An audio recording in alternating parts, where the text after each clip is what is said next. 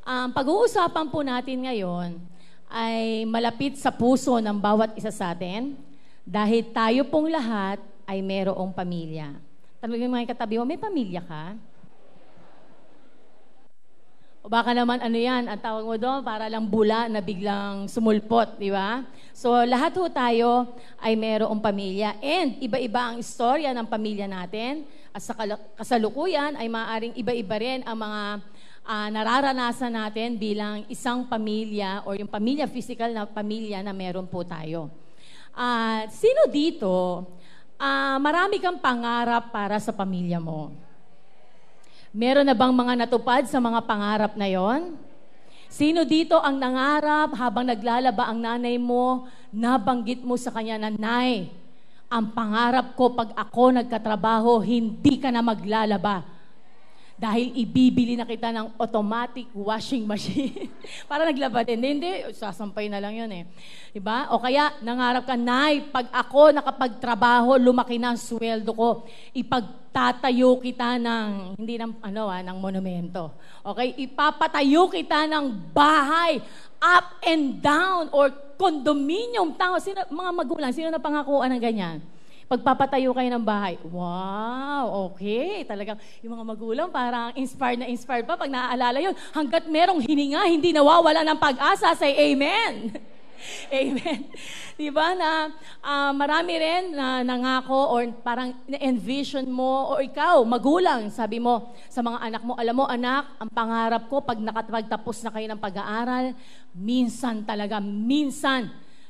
darating ang panahon, hindi lang ikaw ang mag-a-abroad, pero kasama kami, buong pamilya tayo, pupunta tayo sa Disneyland. Diba? Merong mga gano'n na na-envision mo. Alala ko tuloy si Faith ni Kuya Michael. Napag-usapan namin, sabi niya, ang birthday daw niya sa Disneyland. Sabi ko, sige, kailan ba yan? Pag 7 years old ka o pang 5th? Sabi ko, pangako yan. Sasamahan kita sa Disneyland para masaya ka. Diba? Merong mga envision gano'n, diba? And, pero, sa atin, yun yung mga pangarap na usual na lumalabas sa mga bibig ng magulang at bibig ng mga anak. Pero lumalabas din ba sa bibig natin na na-envision natin sa pamilya natin na tayong lahat, ikaw, na-envision mo ba na, halimbawa si Yani, na-envision niya na 1, 2, 3, 4, 5. Yung 5 upuan na yan, ang katabi niya ay ang kanyang mga kapatid at ang kanyang mga magulang. Sino nangangarap ka or na-envision mo na later or sa mga susunod na panahon, ang magulang mo, mga kapatid mo, ang katabi mo dyan sa upuan? Diba? Masarap na mapangarap yon.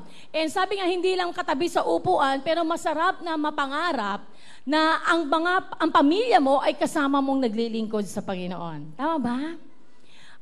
Yung hindi lang ikaw ang nagsesel, pero yung nanay mo meron ring sel. Paggising mo sa umaga, hindi lang ikaw ang nagde-devotion, yung mga anak mo nagde-devotion.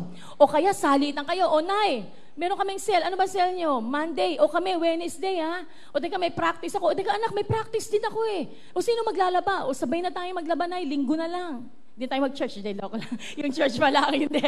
Okay. Nag-practice, pero hindi mag-church. So, alam mo yun, napakasarap. Ako nung kabataan ko, marinig yun naman sa mga testimony o mga examples na babanggit ko.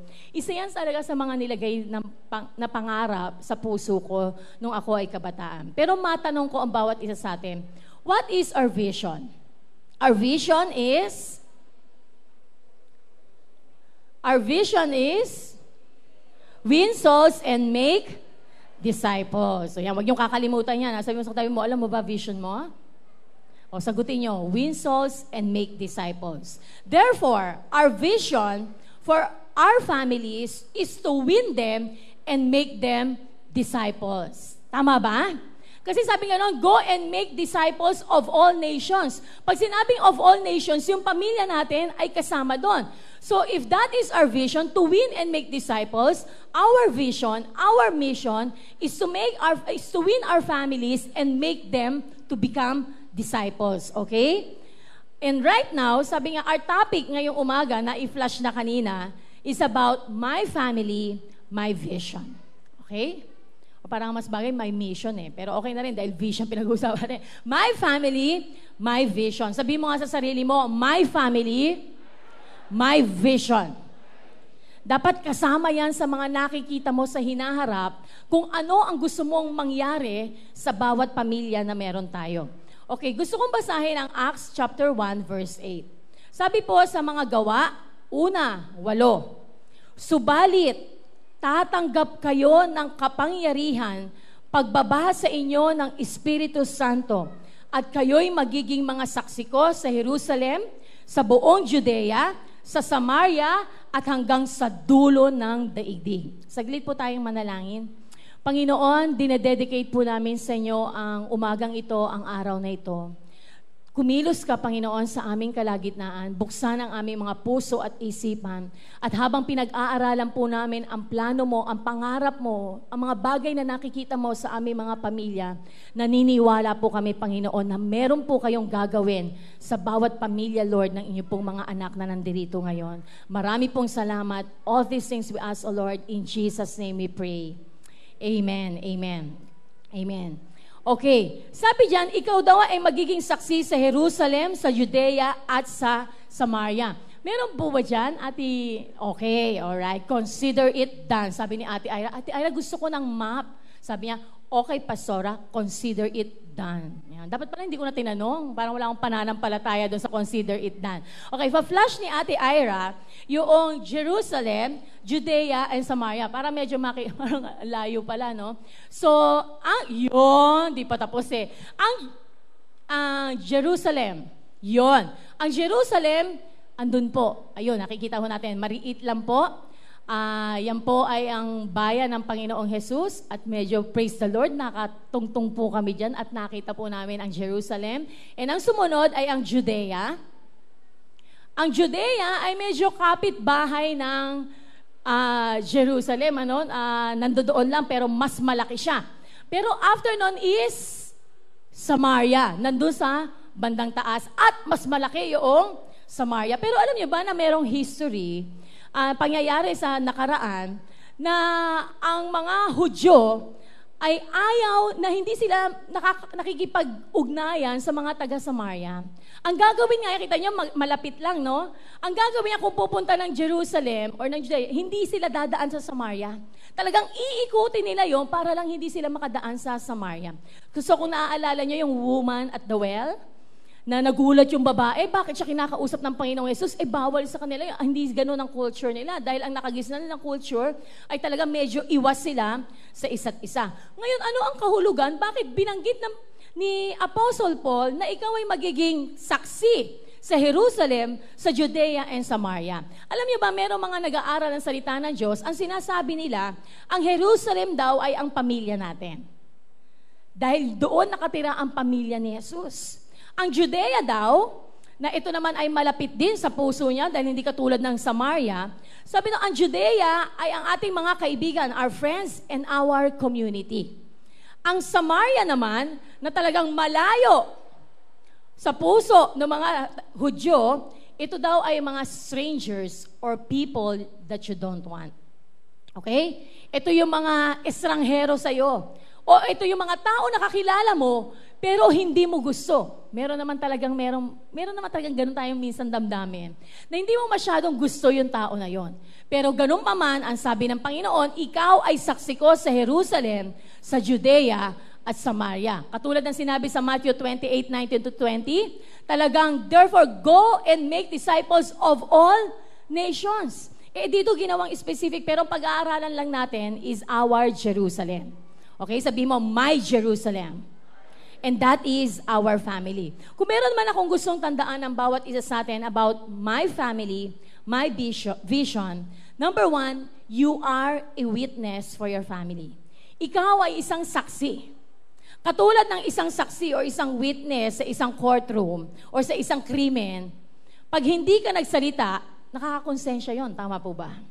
Parang napakahirap na meron kang nakita, meron kang nalaman, pero nangangailangan ng tulong mo, pero dahil ikaw ay puno ng takot at ikaw ay iisip mo lang ang sarili mo, hindi ka tumatayo o hindi ka nagpapakita o hindi ka nagsasabi na ako, meron ako nakita, meron akong alam. Ako ay magiging witness. Yung pala ang role natin, meron tayong naranasan. Sino dito, naranasan mo na binago ka ng Panginoon?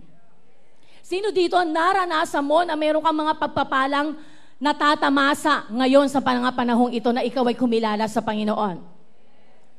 Sabi nga, kapag meron ka daw nakainang restaurant, tapos ang sarap, wala ka daw gagawin kundi talagang sasabihin mo, ipagsasabi mo, uy, alam nyo, itry nyo dyan sa sa mesa. Naalala ko tuloy yung mesa. Alam niyo yung mesa na restaurant? 3 years ago na inirigalo ng church sa akin yung mga iba't ibang restaurant. Nakainan namin yung mesa. Sabi namin, sarap pala nito ng mesa.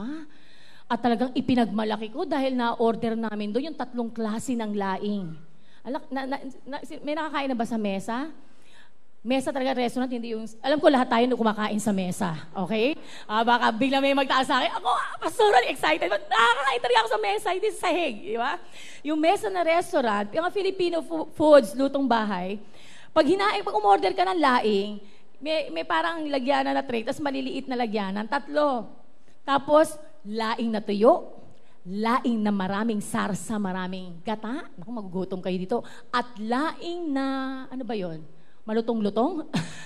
Talaga, wala kang tulak kabigin doon sa 3 laing na yun. Lahat masarap. At praise the Lord, inahain nila ng sabay-sabay. At talagang the same amount. At talaga naman, kahit sino makausap ko, sabi ko, uy, alam niyo, okay yung mesa. Lalo na yung laing. Naku, ang sarap. Bukod, tas iteter mo doon sa binukadkad na tilapia ba yung pinrito? O pinaputok yung inihaw, di ba? Yung binukadkad na tilapia na ang ganda ng pagkakaayos ng pagkakabuka ng tilapia. Talagang napakasarap. Mamaya pupunta na sila Ate Carol, baka magyaya na yan sa mesa mamaya. Di ba? Parang napakasarap na ipakita mo dahil naranasan mo masarap, ang ganda ng experience mo, kinikwento mo. So ang una talagang makikwentuhan mo yan, sino dito ang una mo nakikwentuhan pag maganda yung napanood mong sine? Yung pamilya mo.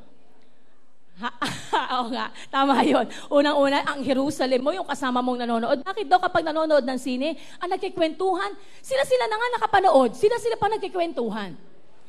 Diba? Uy, ang ganda na nanay. Yung hindi nanood, na dapat makaalam, hindi totoo yung witnessing talaga sa panonood ng sine. Mali, hindi ko yung example. Pero usually talaga, yung pamilya mo, una mang kikwentuhan. Ako, pa nagka-crush, mga young people, pa nagka-crush ka, sarap ng feeling na yon. Sino una mong kinikwentuhan? Kaibigan mo? Yun nga lang, Pastora, pag kinuwentuhan ko kasi nanay ko yan, tatay ko yan, aatakihin sa puso, crush pa lang eh. Okay, unawaan ko naman yan. Pero pag minsan, pag medyo open, ang nanay mo sa'yo, dahil gusto medyo maka-style sa'yo, para nagsasabi ka sa kanya, alam yan nangyayari sa'yo. Minsan, meron mga magulang talaga nagpapakwento. Yung nanay ko talagang gusto yung makinig ng mga kwento ko. So, siya yung una ko talagang kikwentuhan ng mga crush ko, kung nakita ko, o hindi kami nagkita. So, talagang open book na open book. So, yun yung mga nami-miss ni nanay sa akin. Kaya nung kinasal ako, talagang naiiyak si nanay. Hindi ba si nanay? Wala pa. Ayun. Akala ko nagkaroon ng hangover sa close cell niya kahapon. Di ba? Yung parang, kaya parang, yun yan, nung kinasal ako, talagang naiiyak si nanay eh. Dahil wala nang kakwentuhan doon. Dahil 2 kapatid ko parehong lalaki. Yung isa masikreto, at parang parehong masikreto talaga. So ako lang talagang bukas na bukas. Alam mo yun, gusto mong ikwento. Ang Panginoong Jesus ay hindi isa. Siya ang pinakamagandang nangyari sa buhay natin. Amen ba? Na every time you will think about Jesus, ay hindi ka talaga mapipigilan na ipagmalaki mo yung Kristo na tinanggap mo sa buhay mo. Kaya ang unang makikwentuhan mo nito ay yung kasama mo sa bahay, yung Jerusalem mo. And meron akong point na gusto kong matandaan ng bawat isa sa atin na we must be, kailangan ma-feel natin that we are accountable and responsible for our own family. Ganon ang isang witness eh. Nafe-feel mo na accountable ka doon kung meron ka nasaksihan na krimen o responsible ka doon. Kaya nga later on, biglang kapag nate-televise, lalo na kapag humahaba na yung hearing, bigla talaga merong nako-convict at sinasabing, magwi-witness ako. Ganon din ba tayo? Araw-araw ba merong conviction? Every time, every Sunday ba, meron bang conviction tayong nararamdaman na kailangan ko, I feel, ako ay accountable and responsible to my own family. Alam niyo ba sa pamilya namin, nagsimula lang ang lahat sa isang truck. Truck. Uso pa ba ang truck ngayon?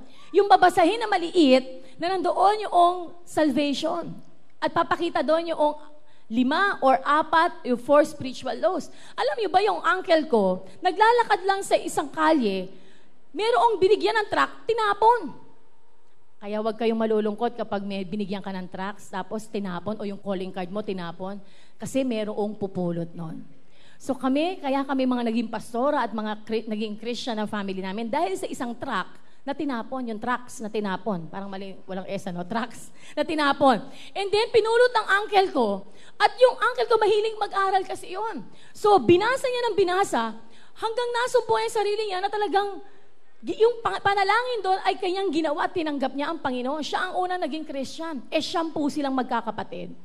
Alam niyo ba yung mga babae ang unang mga naging Kristiyano? Yung mga lalaki ay merong 3 na talagang ayaw pa kasi yun yung mga 3 na barkada, yung mga panganay, tatay ko yung panganay, sumunod, mga barkada yan, talagang may mga bisyo yan. At talagang mahihilig sa mga parang pag hindi ka tunay na lalaki, pag di ka nanonood ng X-rated film, di ba? Yan yung mga gawain ng mga tito. Pero meron akong 2 tito, yung uncle ko nga na unang tumanggap, saka isang tito na talagang office boy lang. So yun yung mga unang naging Christian. Pero alam nyo ba, ang mga tita ko ay hindi tumigil hanggat hindi kami nawiwin lahat. Yung 3 mga magkakapatid na panganay na talaga namang sandamukal ang mga nakasabit sa kanilang mga buhay. Kaya kung meron kayong asawa, mga anak, na feeling mo walang pag-asa dahil naninigarilyo na, talagang kung ano-ano pang ginagawa, talagang maraming bisyong mabarkada, meron ho yung pag-asa sa Panginoon. Amen? Amen. Dahil yung tatay ko, yung mga kapatid ko, at yung kahuli-hulihan ay nakakilala. Lahat ho, yung 9 na yon ay nakakilala sa Panginoon. At ngayon, hindi ho tumigil ang mga tita ko at tito ko sa mga magkakapatid, hanggang mga pamangkin. At meron po kami, dahil noong araw, kami lang po ay 5 pa lang. Ganun ho kapihikan ng mga tito at tita ko. 5 pa lang ho kaming magpipinsan. Ako lang ho ang babae. So, lahat ng magpipinsan na yon, talagang meron po akong isang pinsan, di ko makalimutan, na talagang laging napapaluhod sa asin at munggo. Sino ho dito napaluhod ka na ng asin, sa asin at munggo? Ayan, ng kapanahunan ni Kuya Ronnie, uso yan eh. Naaabutan niya ng pinsan ko, ng kapanahunan ko. Laging nakikita ko talaga yun, umaangat. Alam niyo bakit? Kasi yung tita ko talagang, parang nanay yun eh, yung matandang dalaga kong tita hanggang ngayon. Talagang parang nanay siya ng mga pamangkin niya, punta yun. Asan si Ray? Asan si Ray? Nararamdaman ko, hindi pumasok yan, tagang hahagilapin. Buong Aurora, hahanapin yan, maya-maya, eto na. Nanggigitil yan, talagang gitil na gitil. Pumasok ka.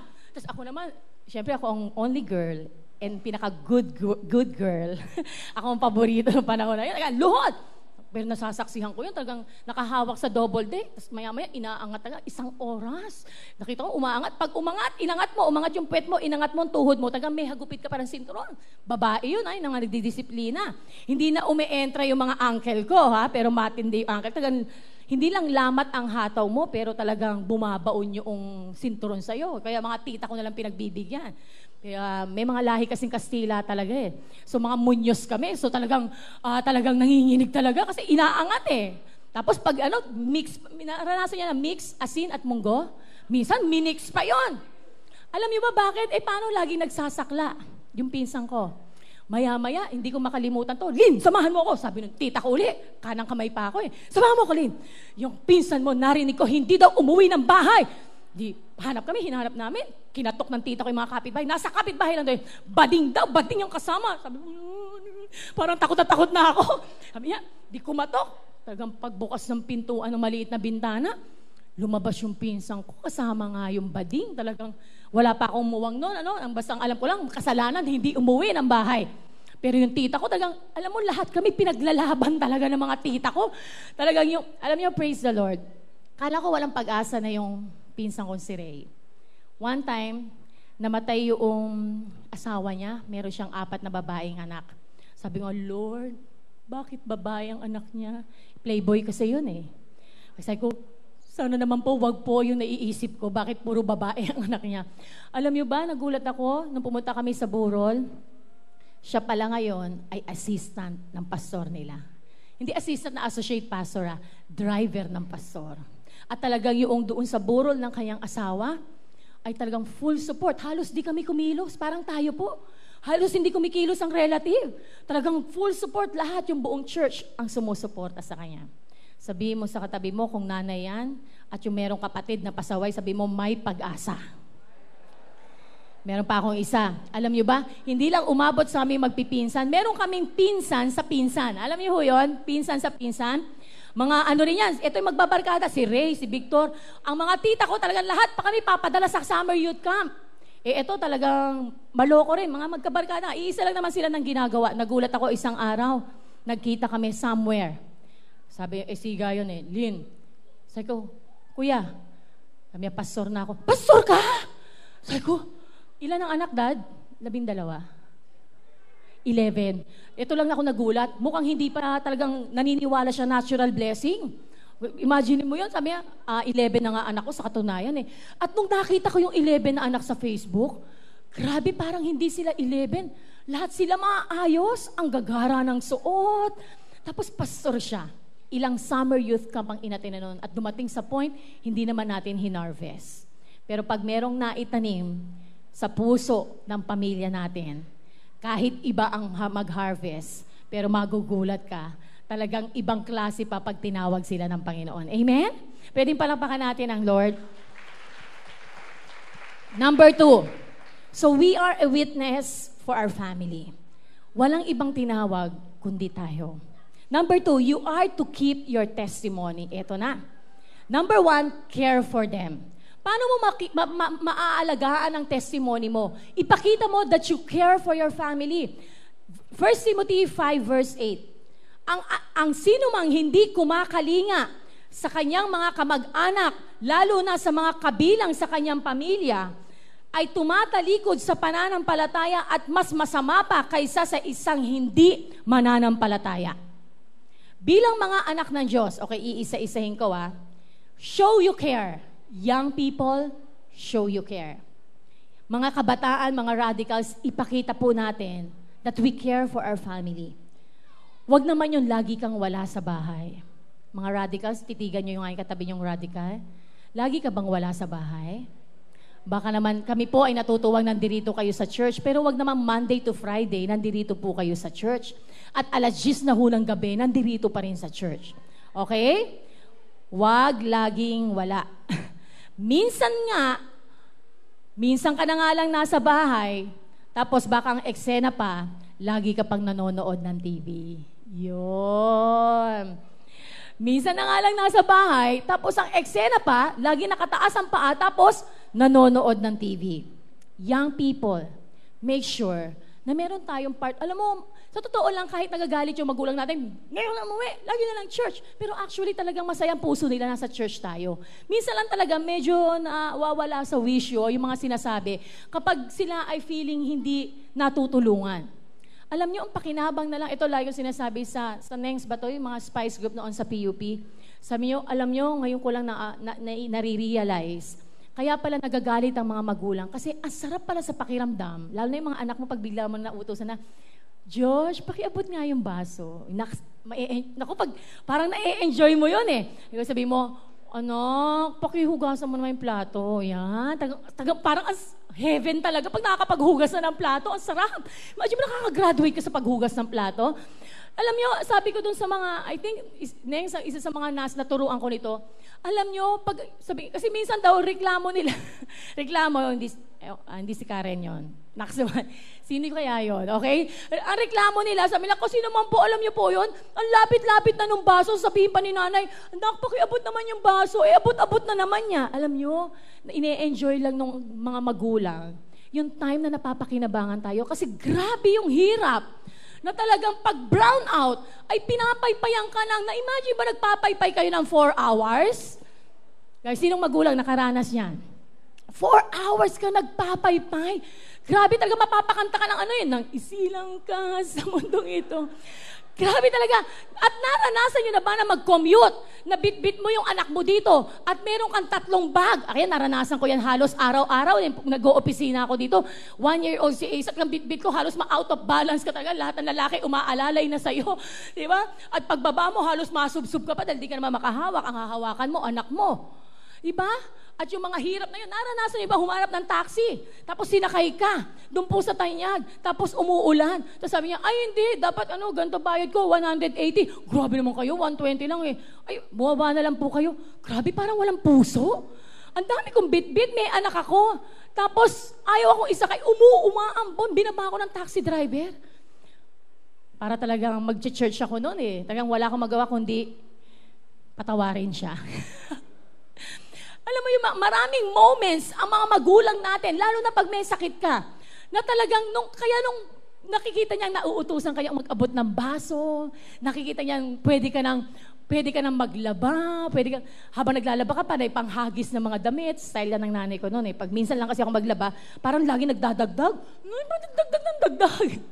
Diba? Parang, alam mo yun na, minsan lang nilang nararanas, minsan lang kasi nila na naramdaman na, wow, yung dating anak na grabe yung hirap ko, ngayon napapakinabangan ko na. Ine-enjoy lang nila. Radical, sabi mo sa katabi mo, ine-enjoy lang ni nanay sa ni tatay. Ang pag-uutos sa'yo na bumili ng sibuyas, maya-maya, bawang, maya-maya, toyo. Pagbalik mo, Nay, bakit di mo naisip? Sabay-sabay na lang sana, bawang, sibuyas, toyo. Ngayon kami nung maliit kami, sabi na, ay, wala palang mantika. Mantika na ko. Pag mo, ay, wala palang bawang. Bawang na. Diba? Sabi nga, young people, show you care. Sabi mo, show you care. Parents, eto na, parents, show we care. Alam niyo, mga magulang, maganda that we will always appreciate yung mga anak natin. Ako hindi ko po sinasabi na perfect po ako. In fact, my witness is my mouth. Kung isang pastor, ako pastor na nagpi-preach, pero isa sa mga kahinaan ko is yung, minsan yung napapakawalan kong salita. And si Ramil dyan mahusay talagang parang taga-salig. Parang yung parang taga-awat sa akin, parang may shield lagi, parang shield ng mga anak niya. Pero yan ay talagang, unti-unti na talagang binago na ako ng Panginoon dyan. Pero alam nyo, hindi lilipas talaga. Kahit mga, di ba, nagkasamaan kami loob ni Asap. Umalis siya na, tapos may second look pa yan. Dahil nagre-review kami sa math. Alis siya, tapos tatampo pa yan, hindi na nakakiss sa akin. Pag ano ko, tagang pagsundo ko, sorry anak ha, kasi nagalit si mami sa'yo, nasabi ko sa'yo ganito. Tapos ganyan. Tapos bigla, Mami, bil kita lang 7-Eleven eh. Ang bilis maka-recover. Alam mo yon, show we care by saying sorry.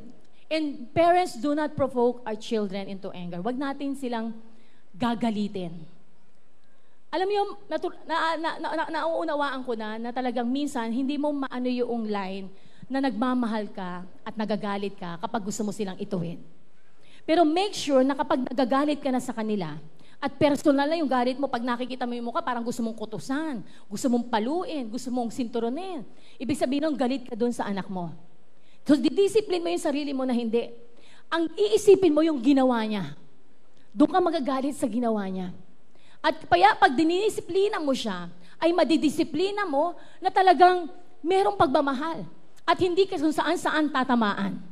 Amen? Mga magulang? Kahit sabihin natin kayo ay naging biktima in the past. Pero ang tanong naman, kasama yan sa napako sa krus eh. Amen ba? Kahit sabihin mo na ako kasi ay biktima, sinusuntok ako ng magulang ko, ng tatay ko ngayon, kaya nga siguro, pastora, ganito rin ako sa anak ko, nanununtok din ako. Ay yan ho ay kasama sa ipinako na sa krus. Tama po? At yan, nung nag-encounter, nagsulat tayo, pinutol na natin yung mga curses na nakapasok sa pamilya natin. At ikaw ay binigyan ng bagong simula ng Panginoon ngayon. Kaya hindi mo pwedeng tanggapin na kasi ganito po ako, biktima rin po ako ng mga pamilya ko, ng mga masasakit magsalita, kaya ako ganito rin. Hindi po ganon. Ibig sabihin nun, meron tayong bagong simula. Dahil 2 Corinthians 5:17, if anyone is in Christ, he is a new creation. Grabe ano? Bagong nilalang ang tingin sa iyo ng Diyos. The old has passed away, behold. Wow, yun ang masarap eh, yung behold, the new has come. Amen? Parents, hindi yan naisali yan sa atin, pero yan ay pinuputol natin. Okay? So parents, show you care. Alright, and now, partners in life. Sino dito may mga asawa? Show you care, partners. Okay. Marami po kaming natutunan dito Isa ho, number 1, sabi ko, care for them. And partners, nandun na tayo, be beautiful inside and out.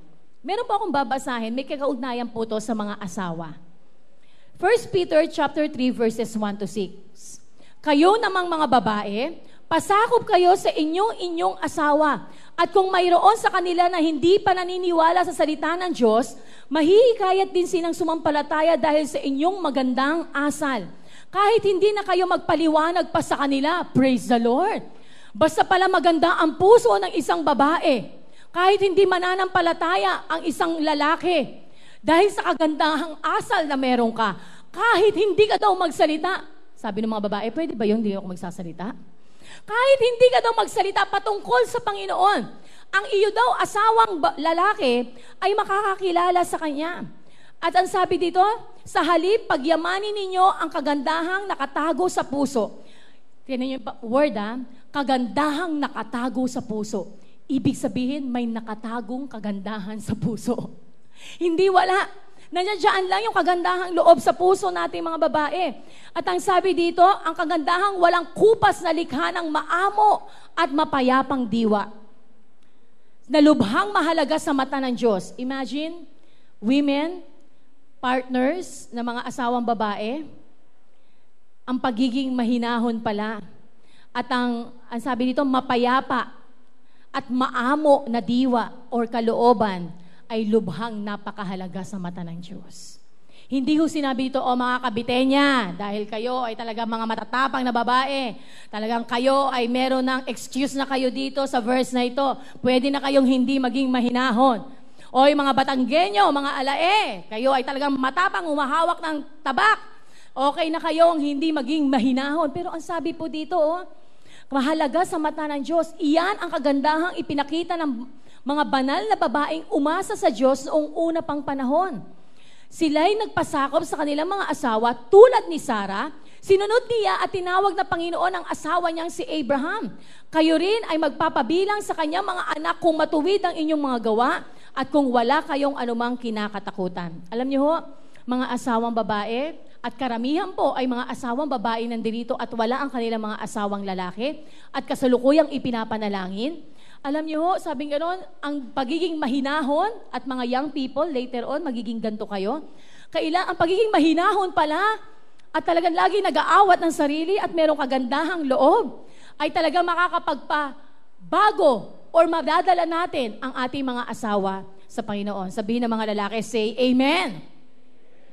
Parang malungkot yung mga lalaki, Amen. Parang sa pagka-Amen, sabi may pag-asa pa kaya ang asawa ko. Okay? You should be, pagdating sa ating be beautiful inside and out, sabi sa M2M, galing kami sa M2M si Mary Caimo, Peter Kairos, Peter Kairos and si Christina Kairos, yung asawa niya. Nagturo sila about, talagang tuwan-tuwa kami, blessed na blessed kami sa kanilang dalawa. Sabi niyang asawa, si Christina, ikaw daw bilang babae, dapat ikaw ang number 1 fan ng iyong asawa. Okay? Natuwa nga ako talagang kaya niyang i-cheer. Kasi bigla nung sinabi niya to, meron siyang nilabas na pom-poms. At paglabas ng pom-pom niya, siyempre papalitan ko na yung pangalan, di ba? Give me an R-A-M-I-L, Ramil. Di ba? Dapat daw ikaw ang cheerleader ng asawa mo. Okay? Mga asawang babae, kaya niyo bang ipagsigawan at spell ang pangalan ng inyong mga asawang lalaki? Okay 1, 2, 3. Parang ang hina naman. Gusto ko tumayo mga asawang babae. Okay, tumayo. Okay, palakasan ng pangalan to. Okay, meron akong revelation dyan revelation. Alam nyo ba? Hello, parang pinutol na ako ni Okay, alam nyo ba? Sabi sa Proverbs, merong verse sa Bible. Sinabi dito, okay, nagkagulo na, pero tumayo lang, tuwan-tuwa na may mga lalaki, nag-ichichiri sila ng mga asawa nilang babae. Okay, meron sabi sa Biblia, ang lalaki daw, kapag ikaw ang number 1 na nag-a-appreciate sa kanya, nagiging mighty in the land daw siya. Mas nagiging influential siya sa society. Kasi naaano yung kanyang self-esteem. At ang una daw magtataas ng kanilang self-esteem ay ang mga asawang babae. Okay, pagandahan ng cheering to Okay. Baka ibang pangalan po ang ma-spell nyo. I-spell nyo po, hindi ho si Pastor, hindi ho Jerry ang i-spell nyo, okay? Ang i-spell nyo po ay pangalan ng inyong asawa, okay? Alam nyo kung nakita nyo si Christina, Christina Kairos, ay talagang may pom-poms pang dala, at talagang kung may kembot-kembot, pag may P-E-T-E-R, Peter, di ba? At talagang pag tinawag niya yung asawa niya, honey. Teka, sa stage yun, ha? Okay. Ready? 1, 2, 3, go!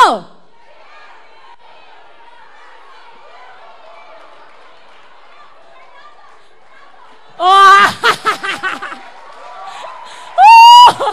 Yon! Okay. Good job, mga mommies and asawang babae. Kita nyo naman, dahil ba wala si Fernando, kaya ganyan-ganyan na-miss mo bigla. Sayang, wala si Fer. Ulitin mo yan, ng assignment mo yan. Mamaya, pag-uwi mo, promise. Tatanungin ko si Fernando mamaya kung inulit mo yan ganyan cheering. Okay. So, totoo yan. Be the number one fan. Pag ginawa nyo yan, yung asawa mo walang trabaho, magkakaroon ng trabaho. Yung asawa mo parang kulang ang pangarap, lalong magkakaroon ng pangarap. Yung si Pastor Ramil nga lang bago ako nakilala, walang pangarap. Hindi pa ako nag-cheer. Beauty pa lang, joke lang. Nagkaroon na ng pangarap. Bago kami humarap sa dambana, ay talagang nagkaroon na siya ng pangarap. Kaya talagang nakakompose siya ng kanta, di ba? Okay. So, M2M, yan. And then, sabi nga, ang mga asawa daw na babae, talagang puro babae, no? Mamaya. For the husbands naman. Okay, tapos ng babae. Husband naman tayo. Sabihin nyo, bawi! Okay. Husbands, love and respect your wives. Sabihin nyo nga, respect, mga lalaki.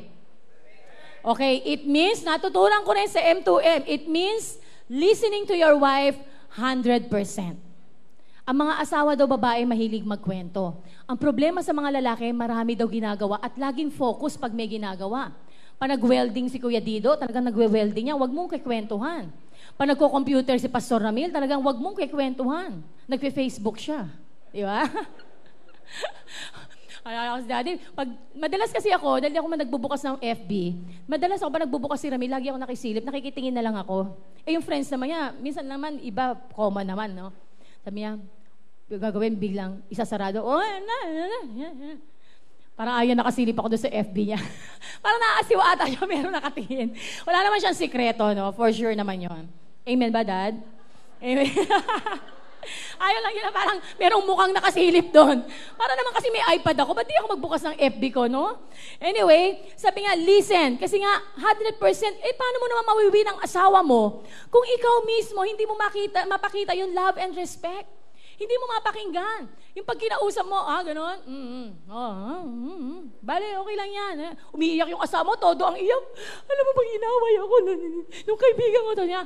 Ay, huwag naman pansinin. Yung parang gano'n. Ang gusto ng asawa, talagang nakatingin ka. Tapos habang nakatingin ka, talagang parang nakakapag-empathize ka sa kanila. Tingnan ba mga babae? Di ba gano'n? So kahit umarte lang kayo, kahit hindi nyo feel, okay lang yon. Para mawin nyo lang yung asawa nyo. Tapos sabi ni Peter Kairos, kailangan daw very proud ka. Bakit ba daw pag girlfriend, boyfriend, doon lang mahilig umakbay? Humawak ng kamay. Pero pag asawa na, hindi na yun pa. Nauuna pang bumaba. Oy, alalayan mo naman ako dito, no? Kailangan matawagin. Di ba? Paano kaya mawiwin yung asawang babae kung nauna yung lalaki? Haga, Daddy? Di ba? Okay, so, ibig sabihin, sabi nga ni Peter Kairos, hawakan mo daw yung kamay ng asawa mo. Hold her tight. Very tight. Lalo na pag nasa mall kayo, ipagmalaki mo na ang ganda ng asawa mo. Hold her tight. Very tight. At habang lumalakad, anong sabi, Kuya Ronnie? Kailangan hawakan mo ng maigi para hindi makapasok sa mga butik. Okay? Hold her tight. Okay, bakit? Kasi daw babae daw, ang lalaki daw pag namili, 10 minutes tapos na. Mga babae daw, 1 oras na hindi pa umuwi ng bahay. Totoo ba yon? Ito naman pamanhig ko sa inyo, mga boys. Ito totoo to, sinasabi ko to kay Daddy. Men, alam nyo bakit, may sumisigaw alam nyo, men, bakit merong couch sa mga butik? Halimbawa sa Celine, pagpasok nyo may upuan. Tapos pumasok kayo ng, ano pa ba? Basta mga butik bench, merong mga couch minsan. Alam niyo yung couch na yon para sa mga asawang lalaki. Sumama kayo, may upuan naman kayo sa butik eh. Tama ba? Okay, naalala ko nga one time, ito lang tataas naman kita later on, Dad. Nagdadrive si Daddy, umuulan. Sabi ko, Dad, may bibilin ako sa Walter Mart. Sabi niya, o sige, i-drop kita doon, tapos umuwi ka na lang, maglakad ka na lang ha. Sabi ko, grabe. Sabi ko, parang kailan lang, sunod ka na sunod sa akin, Dad. Tapos bigla siya natawa, tawa. So in short, sinamahan niya ako sa Walter Mart. Bakit nga ganun Makikita mo sa mag-boyfriend, mag-girlfriend, nakapila sa counter, pwede naman maghintay sa labas, pero nakadikit pa doon sa girlfriend. Nagbabayad na lang, nakaganon pa rin. Tapos, kumakain, hindi magkatapat. Parang mas masarap magkwentuhan na katapat. Pero pag boyfriend, girlfriend, katabi. Diba, nakahawak pa. Oy, huwag niyo gagawin yan, ha? Pag kumain kayo mga radicals, ha? Ay, hindi pala, sorry, mga FN, forerunners, mas maganda magkahiwalay. Okay?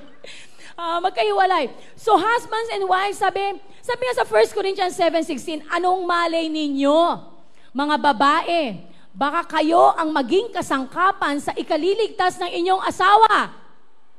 Amen. Dahil sa pagpakumbaba mo at pagpapasakop mo sa kanya. At kayong mga lalaki, anong malay ninyo, baka kayo ang maging kasangkapan sa ikaliligtas ng inyong asawa. Say amen. Amen. That's why parents, forerunners, radicals, children, show we care. Sabi nga ng isang title natin, see it, say it, and show it. If they are really our vision, dapat nakita natin yon, nakasama natin sila, at kailangan sinasabi natin yon, ina-affirm natin, ina-appreciate natin ang pamilya natin, ang mga magulang natin, and then, sabi, show it. Husbands, love and respect your wives. And wives, submit to your husband. Children, obey your parents. Honor your parents in everything, for this is right. And parents, huwag natin i-provoke na galitin ang ating mga anak. Alam niyo bakit may mga specific na ganun? Kasi alam ng Lord na yun ang mga kahinaan natin. Amen? Kaya yun ang binibigyan niya ng emphasis. Kaya ibig sabihin, yun ang dapat binibigyan natin ng attention. And lastly, number 3, you are where you are to stand in the gap.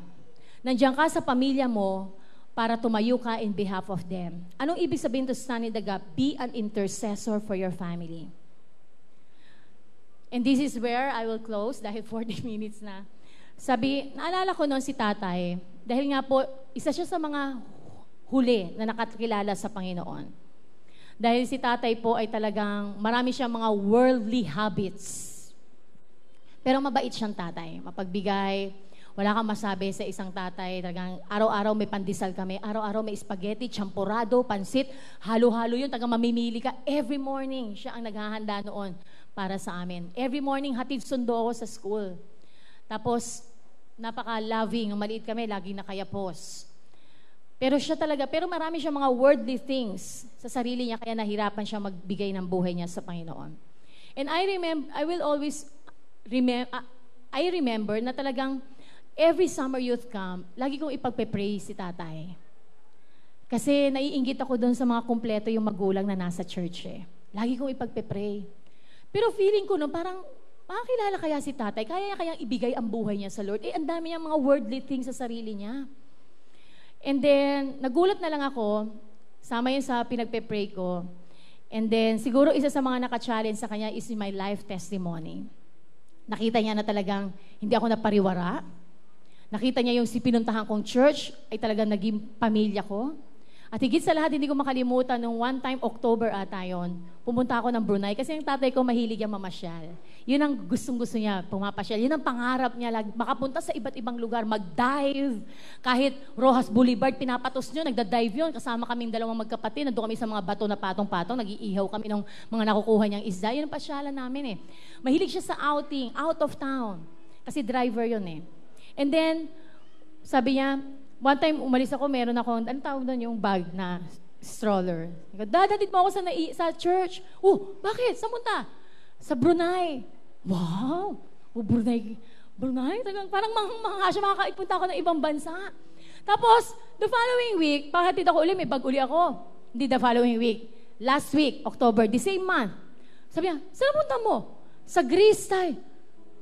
Hindi ko makalimutan, sabi ng tatay, grabe nadaig mo pa ako Ako hindi ako nakapunta sa ibang bansa, pero ikaw, isang araw, punta ka ng Brunei. Tapos ngayon, punta ka ng Greece. So nakita niya na talagang pinagpapala yung anak niya. At masaya ako doon sa ginagawa ko. Nag-pray lang ako, Parang imposible, no? Kasi pag isang tao, maraming worldly things sa sarili niya, parang hirap na hirap ibigay, lalo na yung mga bisyo. Kasi feeling nila, titigil lahat Titigil naman, pero hindi natin pipilitin. Pero kusa silang titigil. Ang akala nila, sinasakal natin para tumigil sila. And then, noong time na yon, nagulat na lang ako, dito na ako sa Tanyag, naiwan sila doon sa Pasay sila ni nanay. Kasi dito na ako nag-full time sa Tanyag. Nasa King's Court ang church noon. Nagulat ako si tatay, nabalita ako, nag-church na sa King's Court. Hindi ako makapaniwala kasama ni nanay. Dati, ang church, nasa isang street lang sa Dominga. Hindi mapapunta ang tatay ko humahiyain. Yung tipong pang bibisita ako, may kaklase ako. Kabataan, may kaklase ako nasa bahay.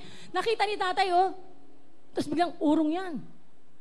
Uuwi yan gabi na. He will make sure na talagang wala na yung kaklase ko, kaibigan ko. Hindi yan umuwi ng bahay hanggat may bisita ko. Ganun po siya mahiyain.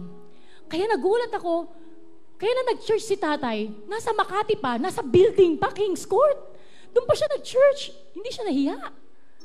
Biglang parang napatanong ko, bakit nag-church si tatay? Parang nagpe-pray ako, pero natanong ko, bakit nag-church si tatay? Biglang sa akin na Lord, di ba pinagpe-pray mo? As ito pa maganda, nawala yung King's Court, yung Makati. Napunta yung mga taga-Pasay dito sa Taguig. Kala ko di na mag-church si tatay kasi ang layo na. Pero nag-church pa rin. In fact, bago siya ma-diagnose na meron siyang cancer, siya ay sumama sa isang outing. Di ko rin akalain sasama siya sa isang outing.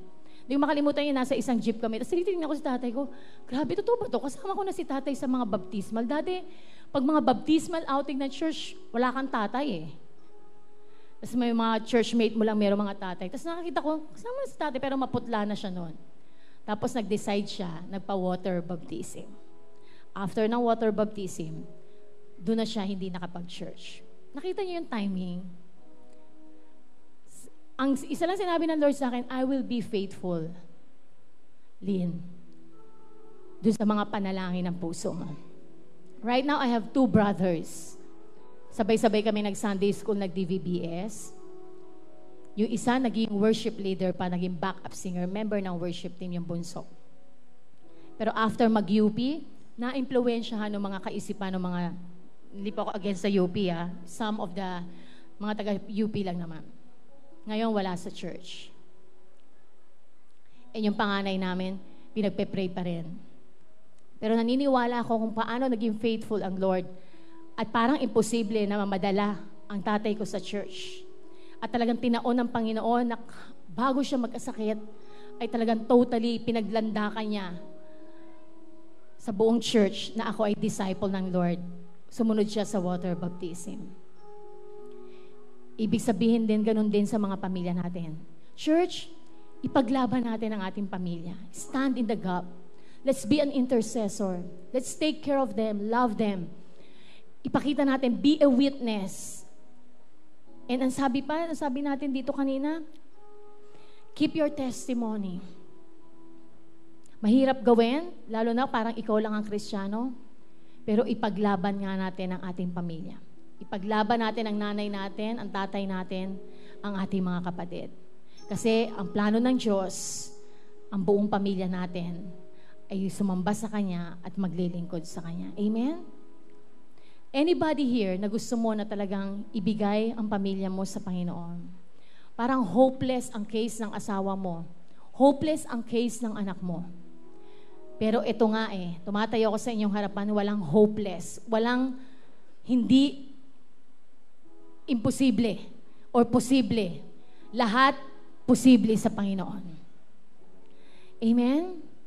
At kaya natin panghawakan yan. If you want to lift up your parents, your siblings, kapatid mo, or some of your relatives na wala pa sa Panginoon.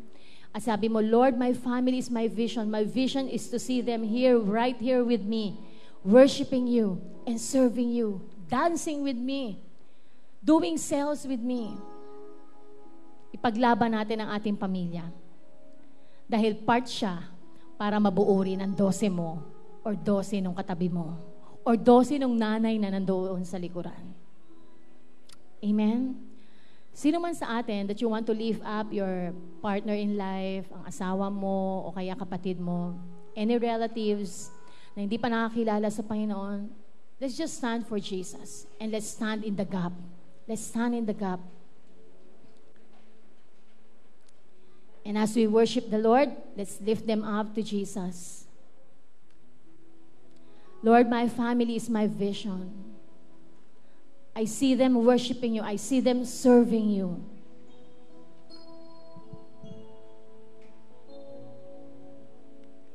Kung mayroon lamang akong sanlibong buhay, hindi pagpapalit, lahat sa'yo'y bibigay.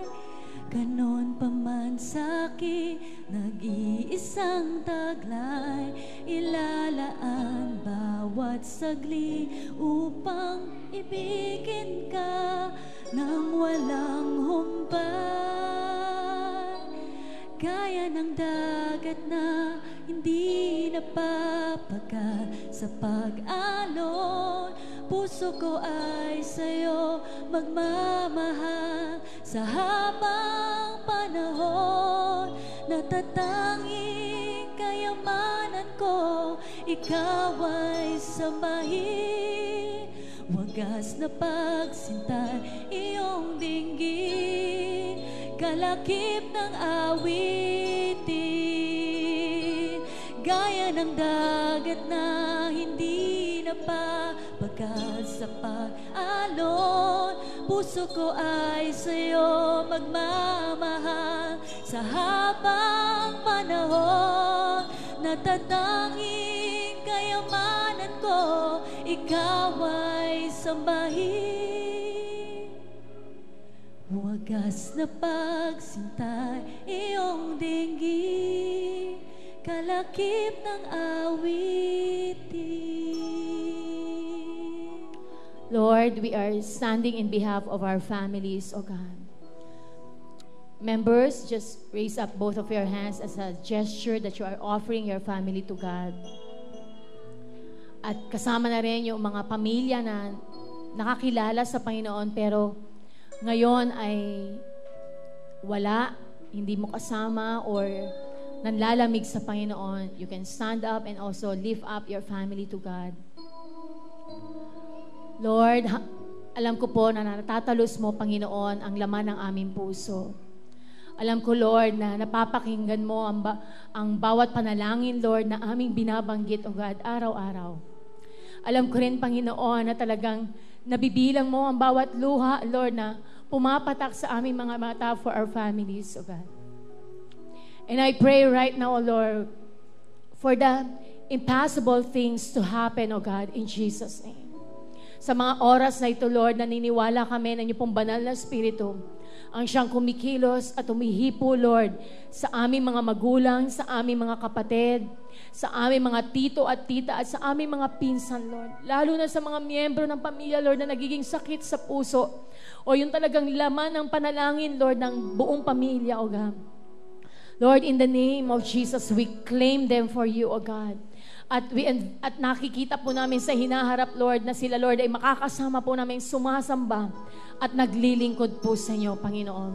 Lord, this is your plan, Lord. Ang plano niyo, Lord, ang buong pamilya, ang isang makakilala, Panginoon, ang buong sambahayan ay makakakilala po sa inyo. Sabi po ng inyong po mga salita. Kaya pinanghahawakan po namin yan, Panginoon. But first, Lord, we lift up din po, Panginoon, sa inyo ang buhay ng bawat isa. I pray that we will be a bold witness, O God. I pray that we will be responsible and accountable for our family. I pray, O God, in Jesus' name, na ang bawat isa po sa amin ay maiingatan po namin ang aming testimony, O God. That we will do our responsibility at home, O God. That we will care for our family, O Lord. And I pray din po, Panginoon, that we will always stand in the gap. Lord, hindi po kami magsasawang manalangin as we worship You, as we do ourselves, as we are serving You, dancing and worshiping You, Lord. Hindi mawawala sa puso po namin ang pangalan ng aming mga mahal sa buhay para ilapit po sa Inyo, O God. Lord, beyond our victories in ourselves, in our spies, in our growth as a church, Lord, we desire first that our families, O Lord, will come to know You as their Lord and Savior. And they will serve You, O God, and be part of our spice groups, our networks, O God, or others' network, O God. Lord, hear our prayers, O Lord. And all these things by faith we claim, O God. In the name of our Lord Jesus Christ. Amen.